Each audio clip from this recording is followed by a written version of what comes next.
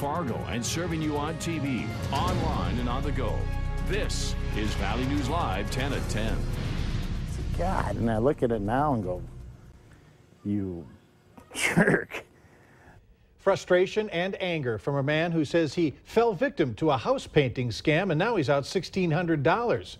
Good evening, everyone. Thanks for joining us. Now, the victim called our whistleblower hotline and told us the painter in question had a long list of criminal charges and even an arrest warrant. Valley News Team's Christine Stanwood met with the victim and tries to find the answers. Dwight Dahl was eager to do some small remodeling to his home, beginning with a fresh coat of paint on the outside. Similar, a little bit darker, little brown trim. We've got a bay window being put in here in about a month or so. Earlier this month, Dahl says he checked out the Forum newspaper's advertising section, called a few painters, and settled on Tom's painting. He met with Tom Dolman at his home, who gave an estimate of $3,200. 2 days after that, Dahl says Dolman asked for half of the money up front, saying he needed it for supplies. Dahl wrote him a check and says an hour later, Dolman cashed it. Dahl tried to reach Dolman, but says he got his voicemail. To feel like you've lost that money just right now. And it's like, where do you go from here? So we decided to give Tom a call. Hi, thanks for calling Tom's Painting. We're not available. And we got the same voicemail. That's when we decided to go to Tom's Painting ourselves. 1206 Monte Carlo Drive is listed as the address of Tom's Painting. After no response, we decided to dig a little deeper into Tom Dolman's past. We found out that he was charged with operating without a contractor's license in North Dakota, along with more than a dozen driving-related charges. He put on a real good show, so,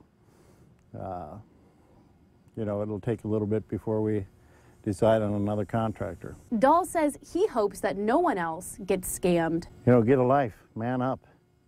You got people's livelihoods and you just have it in your hands and you just swipe it away from them. In Moorhead, Christine Stanwood, Valley News Live.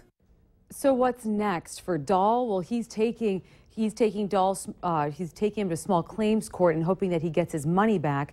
We also reached out to the Forum's advertising department on their policy, but we've not heard back. Now, if you ever need help uncovering fraud or corruption in your community, call our whistleblower hotline 701-237-6576. Leave your tip and a member of our investigative team will then get on the case. The North Dakota Education Association and industry is trying to change the teacher perception and get more people interested in the career. The teacher shortage is not new, but state organizations are now trying to advertise the jobs with ads in local newspapers across the state. The ad shows the average salary and benefits that teachers can make in Fargo and across the state. The North Dakota Council of Education leaders have been attempting to track the number of teachers needed and say this year school districts have been posting go unanswered for months. Education officials want to change the perceptions of teachers' pay. Gone are the days where North Dakota is the bottom of the barrel, 50th in the nation in teacher pay. We're doing a much better job as a state on respecting the profession. No job is ever easy, but it's such a wonderful opportunity. Some people say the ad gives the impression that Fargo Public Schools is looking for teachers this year, but according to the administration, they aren't, and say all teacher positions are filled. We have some new information for you now on a runaway teenager who's back home tonight. Dilworth police reported to family that 14-year-old Lexia Galindo was found in North Moorhead this evening. She was reported missing over the weekend. While they haven't released details, we were told that she is safe and sound. The city of Fargo is looking to clean up an eyesore in a North Fargo neighborhood. It's demolishing a home that was destroyed by fire and has since sat empty. The homeowner's asking for more time to sell it. Valley News Team's Krista Boehm joins us after the city said time is up. Christy? The home that sits along the 1400 block of First Avenue North sits with boarded up doors, windows, and now poorly covered up graffiti. The city deemed it a health hazard after a fire inside left damage to more than 50% of the house. Tonight, the owner had an opportunity to speak up. Instead, his lawyer took a stand saying the owner was never properly notified by the city. City commissioners learned the house and the one right next door does have a buyer who plans to tear them down and build a new business. But he needs more time for funding before he can close on the purchase set for November and demolish them. If the city chooses to destroy the house, it could cost the potential buyer more money he can't afford. We just don't want to get the price so high that he cannot afford to purchase it, and because he is going through funding right now on the properties. He's gotten bids for the tear downs. He's working on a small business loan. Demo the house now, or we wait till the sale goes through and they demo the house later. The end result's going to be the same. The house is going to be demoed. And so I have to say, let's side on the side of the neighbors here who have to look at this every single day and is bringing down their neighborhood. A vacant lot is much better than what's on it currently.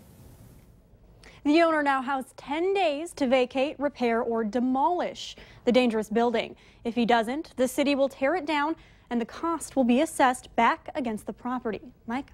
Krista Boehm reporting. Thanks, Krista. Fargo City's attorney says the owner was properly notified, but is looking into his claims that he never received a letter and nothing was posted in front of the house. Fargo homeowners can expect to start paying a little less in property taxes next year. The City Commission approved the 2016 city budget tonight, which includes a $1 million property tax cut. If you own a home worth $100,000, you can expect to save about $25 in your property taxes. It's also a starting point for next year and the years to come, that we can reduce property taxes in a responsible way and still provide all the city services that people have come to expect in Fargo. Now, Commissioner Tony Gehrig was initially pushing for a 20% reduction in property taxes. Final approval will take place after a public hearing in September. Many in the Valley say they're fed up with addicts not getting the help they need. So on National Overdose Awareness Day, they called on the government to do something about it. Those affected by overdose shared their stories, saying many in the community turn their backs to the growing problem. North Dakota State Senator Tim Mathern says he hopes other lawmakers will hear the message, adding it's not just roads and bridges local governments should care about, it's people. If somebody came to the hospital and they had a broken arm and the hospital said, well, we're only going to give you enough to put a cast on the first 1/2 an inch. You really should have a cast throughout the arm, but we'll just do the first 1/2 an inch. Well, it's not going to heal correctly. And that's what's happening in drug treatment. We reached out to a handful of other local senators and representatives for their response to today's rally. Their statements are on our website. You can go to valleynewslive.com and click on the hot button.